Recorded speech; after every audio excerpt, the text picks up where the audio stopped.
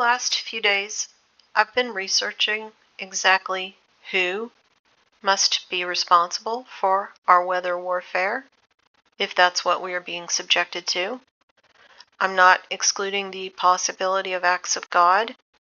It's just that based on the information and patterns that I see, the high probability is that it's weather warfare, and that is using logic, which I know is given by God. I'm going to review, again, the military chain of command for this video, for clarity, and I'll add some additional information of who it must be, because this type of activity wouldn't be allowed by the military to be done by anyone else besides the military. So at the top of this chain of command is the Merchant Navy, fashioned after the Royal Navy.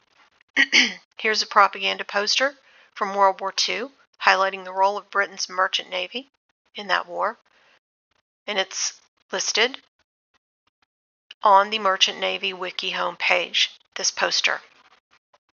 See here it says nearly 1/3 of the world's merchant ships fly the red ensign, which is the British Royal Navy flag.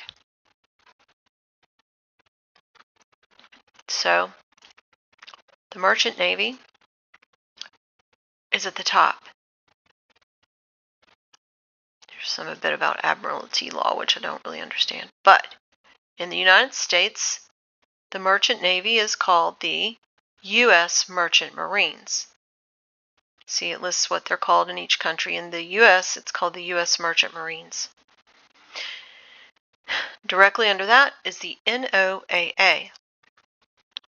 The NOAA, who I've been talking about. Now, under them is, child agency is the National Weather Service. So it's the Merchant Navy, or the U.S. Merchant Marines, then the NOAA, then the National Weather Service. The NOAA and the National Weather Service are officially managed by commissioned military officers. But the majority of the people who work in these areas are civilians. But these commissioned military officers have the authority over these civilians in some capacity. One example of that is that the director of the NOAA was able to place a gag order over any civilians employed under them against talking about weather modification. The Longshoremen's Union is also under the NOAA. So that part is a review for clarity. Now let's look at additional information about the NOAA, showing how they are involved in weather warfare. A friend sent me this. See? NOAA. It says that they are the ones who did the first hurricane seeding experiment in 1947, according to this. And they named that Hurricane King. How appropriate. Now let's look at Enlil. A commenter, Travel with Terra X, said, don't forget about the solar satellite named Enlil. So here we are on the NOAA, National Weather Service. And they named their solar wind prediction system as Enlil, the Mesopotamian, Sumerian, Babylonian storm god. And I'm sure other projects are named similarly, but this is Mystery Babylon confirmed. Now, so there we have established that hurricane creation can be and has been done by the NOAA in wartime. Now let's look at how the storms could be steered and by who. Geoengineering Watch shows here that this is likely done by NEXRAD, and I'm going to play a little bit of this. There are many known ways to control the weather, and the best way to steer it seems to be with the NEXRAD Doppler Weather Radar Network. The circular blue flashes seen in this video are frequency transmissions from the NexRad network of transmitter installations. The brighter the blue flash from a frequency transmission installation, the more pronounced and powerful the repelling effect on any air mass or storm in the vicinity will be. Where there are no blue flashes, there is no transmission, thus no repelling effect, thus no resistance for a migrating storm. Translation: a migrating storm will be hindered from moving toward frequency transmissions and will easily migrate in a direction with no transmissions. So again, I ask, was Hurricane Helene's path and behavior just an act of nature, or was it engineered? Whatever happened during NexRad. NexRad is managed by the NOAA and the National Weather Service. The NOAA has many projects listed under climate change mitigation and research, with a lot of funds coming in for those projects. Now let's look at patents. There are so many patents for weather modification that I could be drilling down on those all day. The U.S. Patent Office is managed by Serco, which is a Crown corporation. See my video titled Serco to learn about what all they control in the United States. It's a lot. But let's look at an active patent. This one here is for reducing the intensity of tropical cyclones, and it's active. Are they trying this? They aren't talking about it if they are. Instead, they're using the word monster to describe Martin. So many of these weather reporters use the word monster in their language and their titles. Seems like they are trying to create trauma to fuel the demonic realm. And it seems they must have been told to say the word monster. We know they mimic each other and get their instructions from Associated Press. I don't know if the weather people do, but other news outlets do. Now let's look at Tampa Bay Planning Council.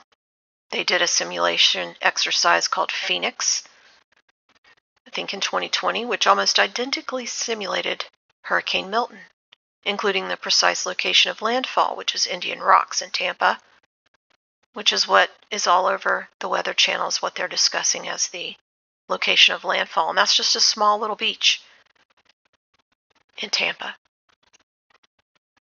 And all this simulation talks about is the devastation. It doesn't say anything about using technology to try to reduce it. So, to summarize, the ability to generate the hurricane and to steer the hurricanes using NexRad is within the ability and authority of the NOAA and the National Weather Service, which is under the U.S. Merchant Marines / Merchant Navy, and the NOAA has generated hurricanes before during wartime, which we saw in the article. So based on the assumption that the military controls the airspace, if the manipulation is being done, then it would have to be done by the military. Can't be anyone else.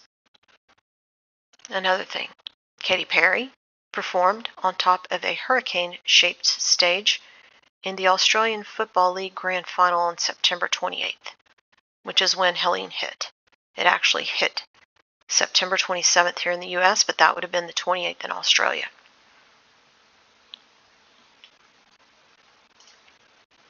Here she is wearing a dress that looks like a water, spout, whatever. So I've been losing sleep lately.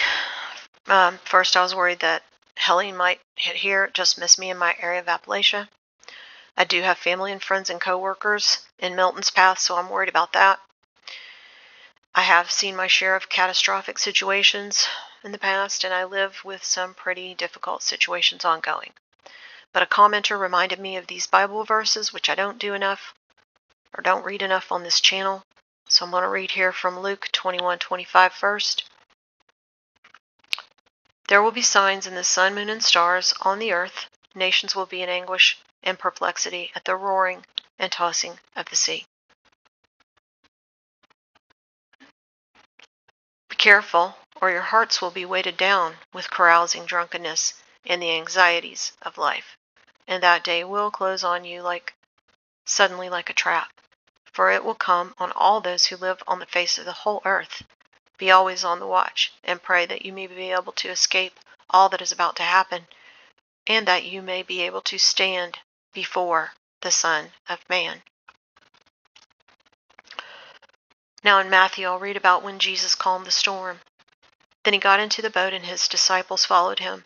Suddenly, a furious storm came upon the lake, so that the waves swept over the boat. But Jesus was sleeping. The disciples went and woke him, saying, "Lord, save us, we're going to drown."